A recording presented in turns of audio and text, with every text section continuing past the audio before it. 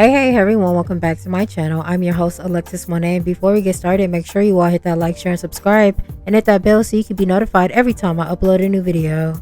Okay everyone, so it is being reported by chart data that Doja Cat's new album Bye did debut at number 4 on this week's Billboard Top 200 charts. And Doja did sell 57k units and 26 pure units. And I will say, for this album to be Doja Cat's resurgence back to music and her being back into the pop era and bag, I feel like it is a flop. And when you do compare this album to other rap girlies, because Doja is rapping on the album, it is very lackluster. Now I will say the album does have a theme where Doja is in the 80s pop bag, where she does have good verses, and her most recent performance on SNL did make me like the song Amen a little better, and Gorgeous, I really do love that song, but I feel like this album isn't resonating with the GP that well, because people are used to hearing modern day pop Doja and not vintage pop Doja. And although there's a lot of good songs on this album, maybe it'll be a grower like Planet Her and Hot Pink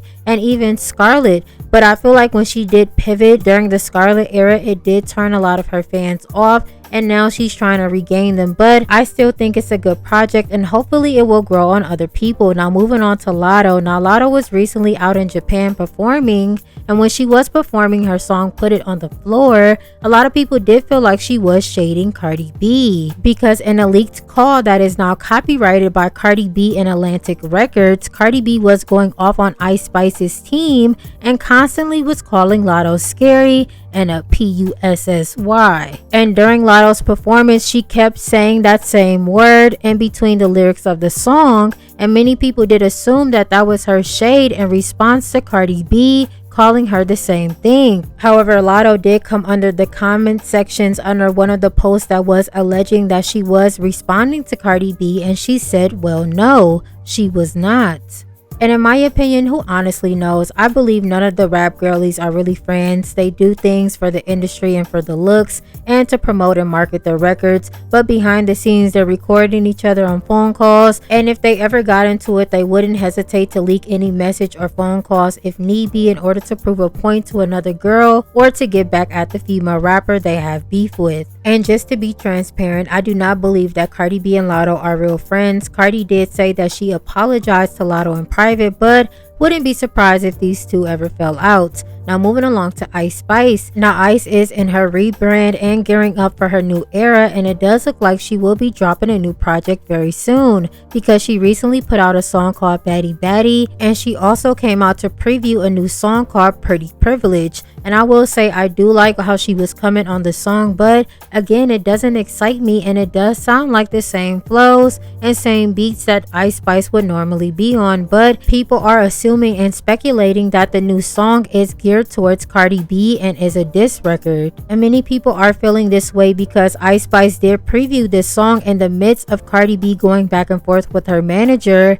and the leaked phone call of her cussing out Ice Spice's team, and Cardi going back and forth with Nicki Minaj online having a beef. And Ice Spice was once cool with Nicki, and she might have been giggling and gagging at the moment, just like we all were. Now I wouldn't be surprised if Ice Spice is talking about Cardi B in the song, because Cardi did whack her on her album Am I the Drama on the song Magnet, so wouldn't be surprised. Now as I did mention, Cardi had a tough week going back and forth with female rappers Nicki Minaj, JT, and seemingly Ice Spice as well with her team and manager. So she did come out to give a fair warning to all of them via her Instagram stories.